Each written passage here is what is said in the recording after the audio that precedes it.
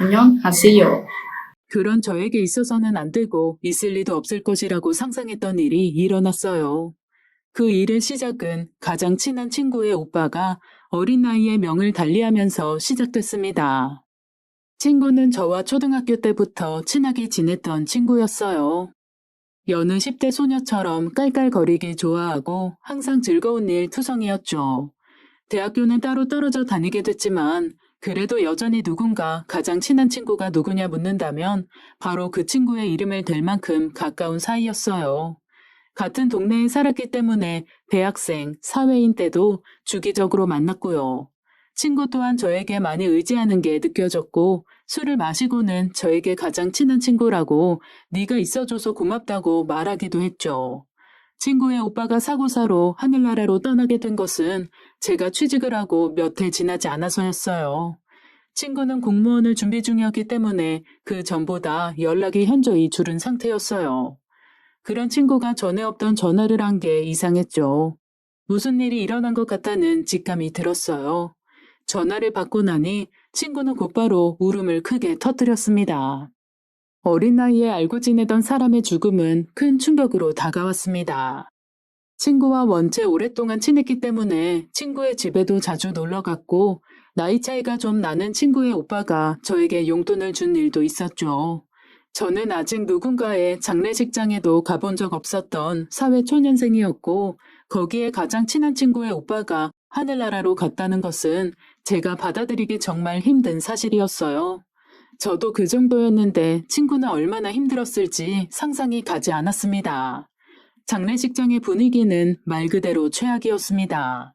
친구 어머니께서는 몇 번을 혼절하셨고 이혼하셨다는 아버님은 오셔서 연신 술만 들이키셨죠. 친구는 정신을 차리지 못하고 3일 내내 멍하니 앉아 있었습니다. 제가 거의 상주 노릇을 했다고 해도 틀린 말이 아니었을지도 몰라요. 나중에 친구 가족들이 저에게 고마워하긴 했지만 저는 당연히 해야 할 일을 했다고 생각했습니다. 친구 오빠는 너무 허망하게 떠났습니다. 어디가 아팠던 사람도 아니고 사고로 갑자기 떠나게 됐으니 친구 가족들이 얼마나 힘들었을지 저는 상상하기도 힘들었죠. 제가 조금이라도 도움이 됐다면 참 다행이라는 생각이었어요. 친구는 그 뒤로 오랜 시간 방황을 했습니다. 제가 옆에서 도와주려고 해봤지만 잘 되지 않았죠. 그렇게 열심히 준비했던 공무원 시험도 망쳤고 친구는 마치 폐인처럼 하루하루를 보냈습니다. 그걸 안타깝게 여겼던 저희 엄마가 저를 통해서 친구 집에 반찬을 보내기도 하고 때로 가족 외식에 친구를 부르라고 하기도 했죠. 친구는 고맙다고만 하고 나올 생각은 없어 보였습니다. 저는 자주 친구에게 전화를 했고 여전히 너를 이렇게 깊이 생각하고 있으며 항상 내가 곁에 있다고 말해주려고 노력했어요. 친구는 가끔 고맙다고 답장을 했고 자주 전화를 피하기도 했습니다. 저의 가장 친한 친구가 그렇게 힘들어하니 저 또한 마음 편하게 생활을 하기가 힘들더군요. 그래도 사람이라는 게 적응의 동물인지라 저도 어느 정도 시간이 지나고 나니 그 슬픔과 상실감에서 조금씩 빠져나왔습니다. 하지만 친구는 여전히 그 안에서 빠져나오지 못했죠. 제가 친구에게 연락하는 빈도가 조금씩 줄어들 때쯤 갑작스럽게 저와 만나고 싶다면서 연락이 오더군요. 저는 그맘때쯤 이직을 준비하고 있었기 때문에 조금 정신이 없었지만 그 일이 있고 난 후 처음으로 저를 찾는 친구의 부름에 곧바로 옷을 챙겨 입고 카페로 향했습니다. 친구와 항상 수다를 떨던 카페였죠. 카페에 들어가니 멀리 구석에 앉아있는 친구가 보였고 저는 울컥 눈물이 차오르는 듯한 기분을 느꼈습니다. 친구는 원래보다 조금 야위었지만 전과 같은 미소를 띠고 있었어요. 그 모습을 보고 다시 한번 마음이 울컥 슬퍼졌습니다. 그 긴 시간 얼마나 힘들었을까요? 친구로서 나름대로 최선을 다한다고 했지만 친구는 너무 외롭고 힘든 시간을 보냈을 게 분명했죠. 왔어? 얼른 앉아. 뭐 시켰어? 내가 사줄게. 뭐 먹을래? 그럼 사양 않고 얻어먹을까? 이런 농담도 하는 거 보니 정말 친구가 괜찮아진 것 같았습니다. 저는 지금 친구가 사달라는 건 무엇이든 사줄 수 있을 것 같았어요. 친구는 따뜻한 차를 한 잔 먹고 싶다고 했고, 저는 예전부터 케이크를 좋아하던 친구를 위해 케이크도 몇 종류 샀습니다.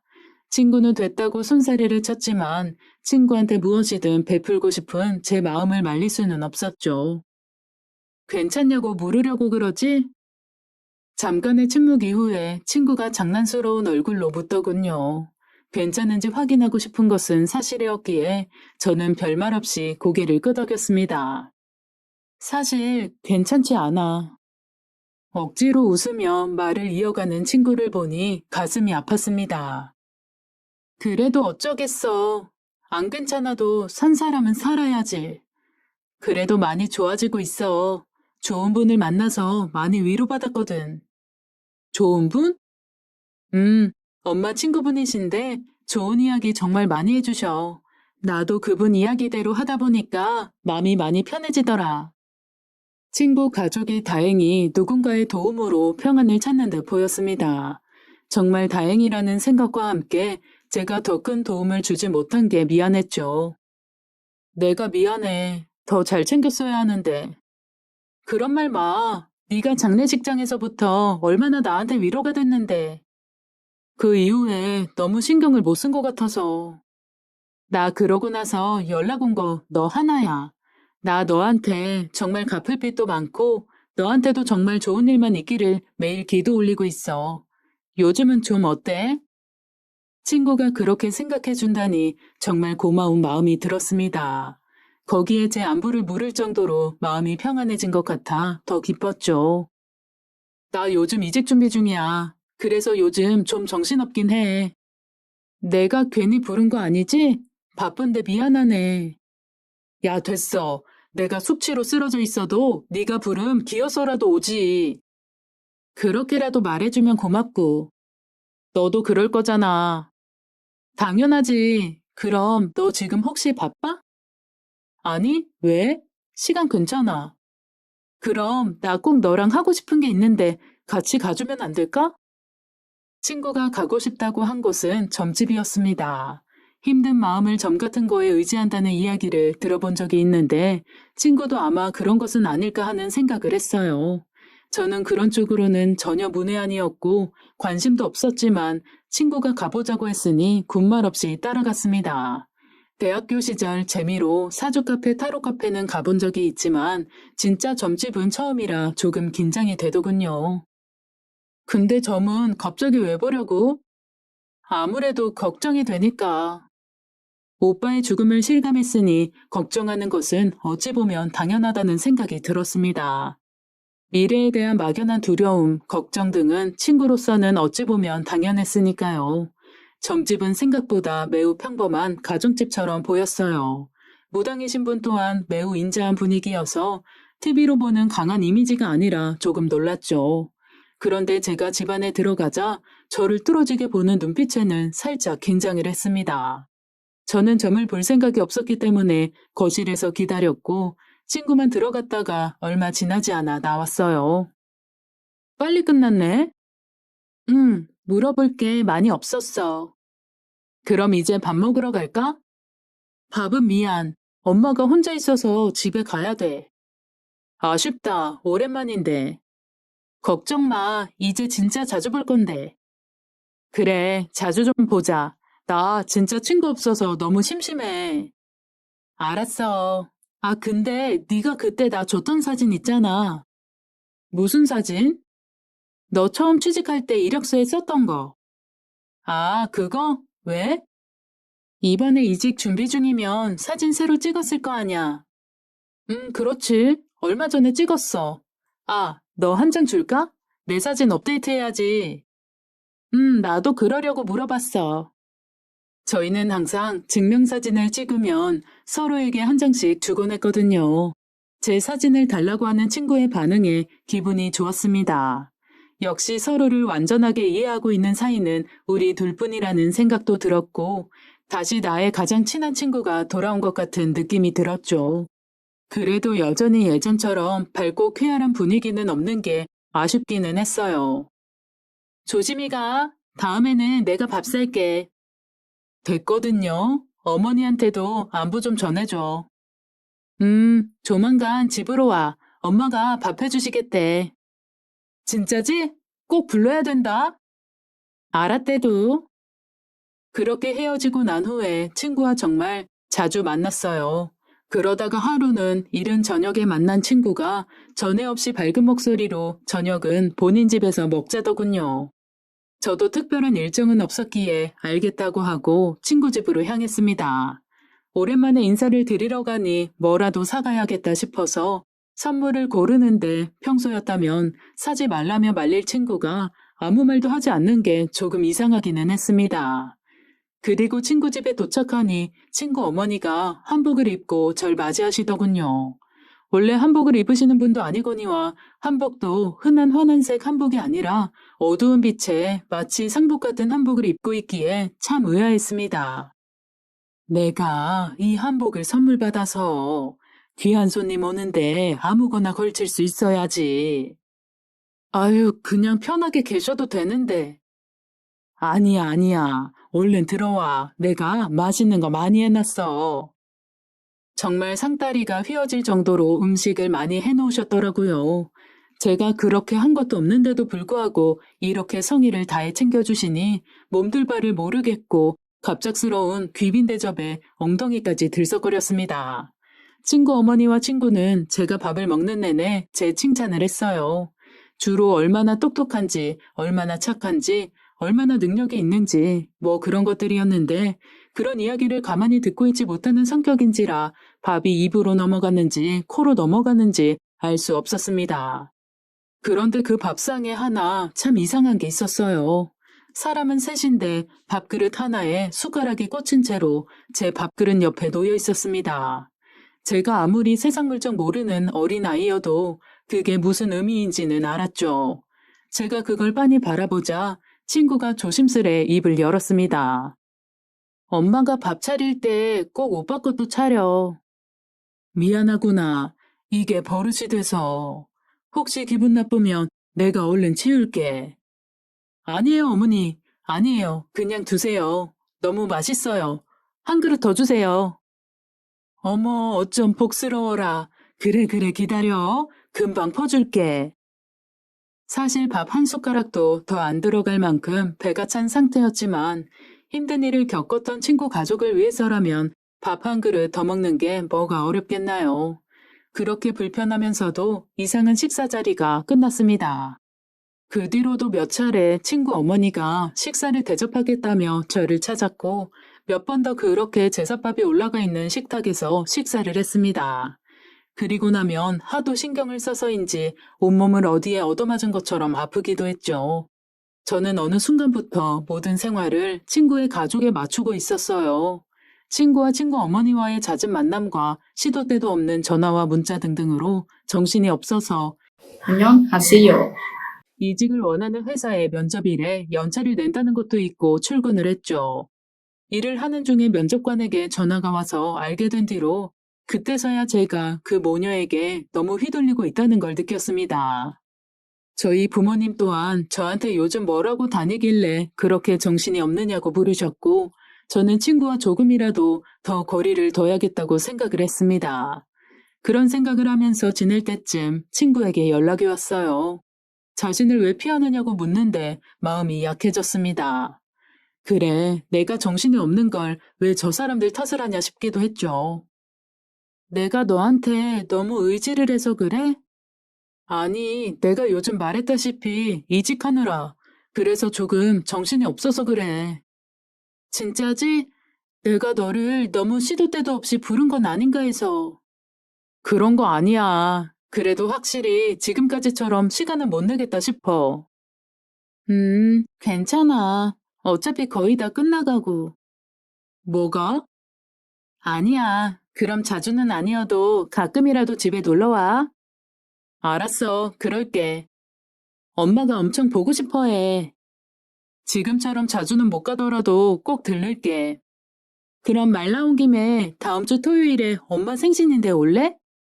아, 어머니 생신이야? 너가 안 오면 엄마 엄청 서운해할 거야. 아, 그럼 가야지. 선물 뭐 사드려야 좋아할까? 선물은 무슨, 그냥 언니 오는 게 제일 좋지. 응? 언니라니? 누구 언니? 아, 나도 모르게 너한테 언니라 그랬네. 네가 워낙 어른스러워서 나도 모르게 언니라고 말이 나와버린다. 그냥 언니라고 할까봐. 됐거든. 네가 나보다 생일도 빠르면서. 생일이 뭐가 중요해. 이제 언니 일해야겠다. 그때는 그냥 장난치지 말라고 하면서 웃어 넘겼는데 친구는 그 뒤로도 저에게 자주 언니라고 부르곤 했습니다. 저도 그냥 저한테 의지하는 친구가 귀엽기도 하고 안쓰럽기도 해서 별다른 말 없이 장난식으로 그래 우리 동생 하고 받아주곤 했죠. 그렇게 친구 어머니 생신이 되었고 오랜만에 친구 집을 방문했습니다. 왔어? 다른 사람은? 생일 파티라고 해서 사실 다른 분들도 있는 게 아닐까 생각했는데 집안은 휑하니 아무도 없더군요. 엄마가 사람 많은 거 싫다고 해서. 아, 그래? 사람 많을 줄 알았는데. 사람 많은 게 좋아? 아니, 뭐, 그런 건 아니지만, 아무튼 여기. 선물은 됐다니까. 왜 사왔어? 엄마, 언니 왔어. 사실 이때 조금 놀랐던 것도 사실입니다. 친구 어머니한테까지 저를 언니라고 부를 줄은 몰랐거든요. 지금까지 야, 너 하던 사이에 친구가 언니라고 부른다면 친구 어머니도 놀랄 것 같아서였죠. 그런데 친구 어머니가 주방에서 고개를 내밀며 환하게 웃으시더군요. 친구가 저를 언니라고 지칭한 것에 대해서는 별 생각이 없는 듯 보였습니다. 그래, 아가 왔어? 그리고 친구 어머니의 호칭도 무언가 달라졌죠. 저를 그저 이름으로 부르는 경우가 많았는데 갑자기 저를 아가라고 부르니 조금 낯설었습니다. 자주 밥을 먹고 어울리긴 했지만 그 정도 호칭으로 불릴 만큼 가까운 사이라고는 생각하지 않았으니까요. 엄마, 여기 언니가 선물 사왔어. 어머, 웬 선물까지. 그냥 좋은 날이니까 밥이나 같이 먹자는 건데. 괜히 선물 받으려고 부른 것 같네, 정말. 절대로 그래서 부른 거 아닌 거 알지? 너무 고마워, 우리 아가. 내가 아가 좋아하는 거 많이 했으니까 어여 앉아. 앉아서 조금만 기다려. 거의 다 했으니까 금방 차려줄게. 아, 네. 축하드려요. 우리 사이에 무슨? 얼른 앉아, 얼른. 저는 이 공간의 공기가 너무 이상하게 느껴졌습니다. 식탁이 점점 차려지고 제 옆에는 또 제사밥이 하나 놓였죠. 저는 그것을 가만히 바라보다가 순간 구역질이 나는 걸 느꼈어요. 억지로 밥을 퍼먹으면서 친구와 친구 어머니 이야기를 듣는 둥 마는 둥 듣고 집에 와서 먹은 걸 전부 개원했습니다. 일요일은 내내 누워 있었고 결국 월요일까지 아파 회사에는 병가를 했죠. 엄마의 등살에 밀려 병원에 방문했는데 신체에 문제가 없는데 왜 아픈지 원인을 모르겠다며 큰 병원으로 가라는 통에 아빠가 갑자기 퇴근을 해서 왔고 엄마는 여기저기 전화를 돌리며 난리가 났었어요. 결국 큰 병원에서는 제가 자궁 쪽에 문제가 있다고 했습니다. 부인과 치료를 진행하기로 했고 치료를 받아가면서 다행히 컨디션이 조금씩 회복되는 걸 느꼈어요.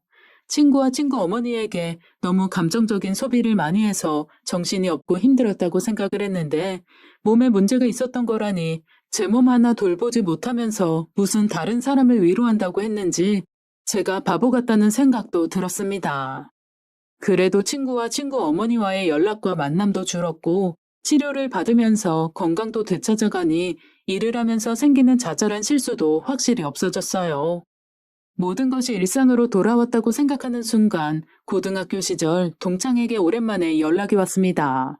그다지 친했던 사이는 아니었는데 어쩐지 간곡하게 만나기를 요청하더군요. 사실은 아직 누군가를 만날 만한 컨디션은 아니었기 때문에 거절하려고 했는데 꼭 해야 할 이야기가 있다고 하기에 어쩔 수 없이 시간을 내서 퇴근 후 동창을 만났습니다. 진짜 오랜만이다. 잘 지냈어? 난 잘 지냈어. 너는 어때? 살이 조금 빠진 것 같네. 아, 요즘 조금 힘들어서 그런지 조금 빠졌나 봐. 아, 그렇구나. 일이 많은가 보네. 근데 왜 보자고 했어? 무슨 할 말이야? 동창은 우물쭈물하며 말을 뱉지 못했습니다. 저는 막연히 보험 가입을 부탁하거나 돈을 빌리려고 하는 것인가 싶었고, 만약 그런 부탁이라면 어떻게 거절해야 할지 머릿속으로 멘트를 생각하고 있었죠. 너 우리랑 같은 학교 다니던 문채연이라고 기억해? 문채연은 친구의 이름이었습니다. 동창과 채연이가 그렇게 가까운 사이는 아니었던 것 같은데 갑작스레 나온 친구의 이름에 당황한 기색을 숨기지 못했는지 동창이 바로 말을 이어나갔습니다. 알고 있구나?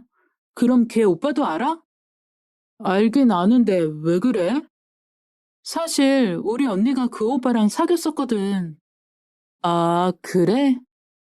도대체 동창이 갑작스럽게 저를 불러서 왜 친구와 친구 오빠에 대한 이야기를 하는지 알 수 없었습니다. 기분이 살짝 나빠지려고 하는데 동창이 눈치 빠르게 그 모습을 캐치하고는 아니라며 손사래를 쳤어요. 갑자기 내용 설명도 없이 이상한 이야기 꺼내서 미안해. 뭔가 꺼내기가 조금 어려운 얘기라서. 돈 빌리려고 하는 거 아니면 괜찮으니까 얘기해. 돈은 무슨? 나 그런 애 아니야. 알아. 그냥 편하게 이야기하라는 뜻이야. 사실은 우리 언니가 얼마 전에 그 오빠가 죽었다는 이야기를 들었거든. 언니도 너무 놀라서 아름아름 알아가지고 납골당에 찾아갔어. 근데 언니가 운전면허가 없어가지고 내가 대신 운전을 해줬단 말이지.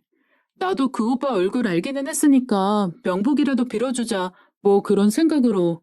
아무튼 그래서 그렇게 찾아갔는데 그 납골당 안에 네 사진이 있는 거야. 뭐? 역시 몰랐구나. 내 사진이 거기 왜 있어?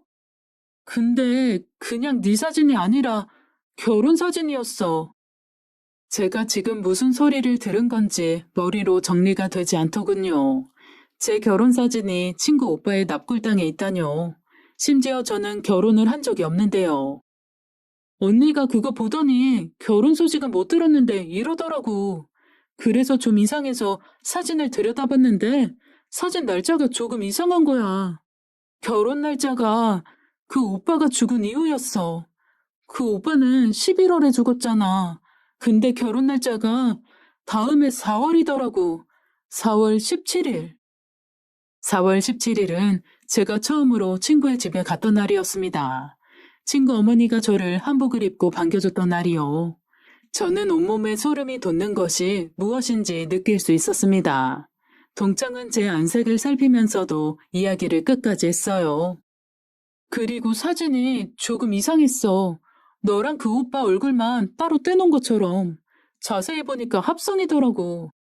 내가 산업 디자인 일을 해서 그런 거 잘 알아보거든. 아무튼 그래서 너무 이상해서 언니한테 그 얘기를 하니까 언니가 이거 아무래도 너한테 말하는 게 좋겠다고 그러더라고. 이게 그냥 가벼운 일이 아닌 것 같아서 너한테 연락을 했고. 저기, 너 괜찮아? 전혀 괜찮지 않았습니다. 무엇라고 말을 해야 하는데 입이 떨어지지 않고 손이 덜덜 떨려서 잡고 있는 컵이 테이블과 부딪히며 덜그럭거리는 소리가 났죠. 동창은 제 손을 잡아줬습니다. 우리 언니한테 부탁하면 아는 분 소개해줄 수 있대. 언니 말로는 너랑 그 오빠 영혼 결혼식을 맺은 것 같대.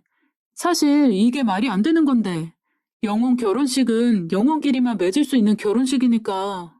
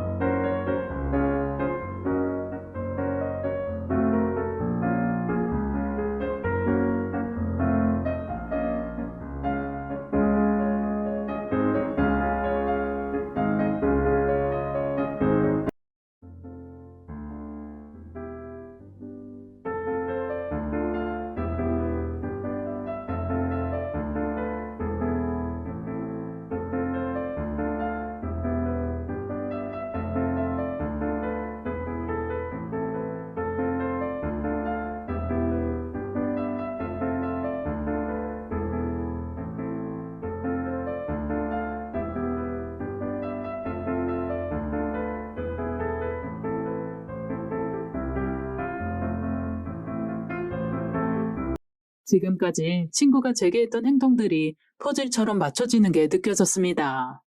갑자기 저에게 언니라고 하던 것, 친구 어머니가 저를 아가라고 부르던 것, 시도 때도 없이 부르면서 밥을 차려줬던 것, 제 밥상 옆에 항상 제사밥을 놔뒀던 것, 갑자기 점을 보러 가자며 무당집에 절 데리고 간 것까지 너무 놀라면 눈물도 나오지 않고 소리도 나오지 않더군요. 동창은 자기 언니에게 제가 아무것도 모르는 것 같다며 이걸 도와줄 수 있는 분을 찾아달라고 전화를 했고, 저는 머릿속이 복잡해서 어떻게 해야 할지 전혀 감이 잡히지 않았습니다.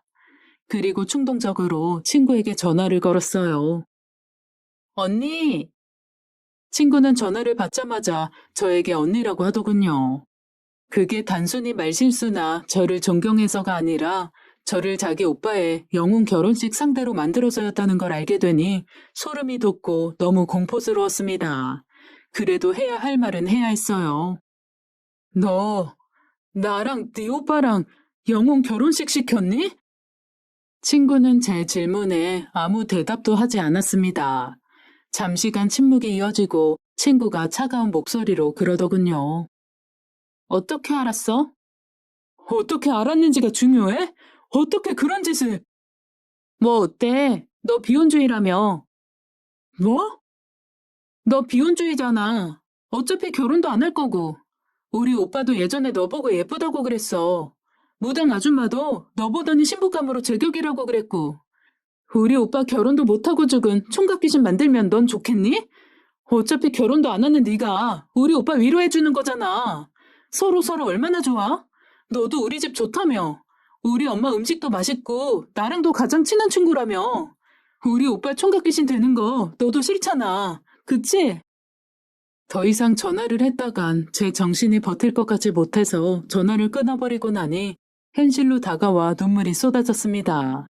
동창이 저를 달래 집까지 바래다 주고 나니 제 몰골을 본 부모님이 걱정스레 묻는데 차마 대답도 하지 못했어요.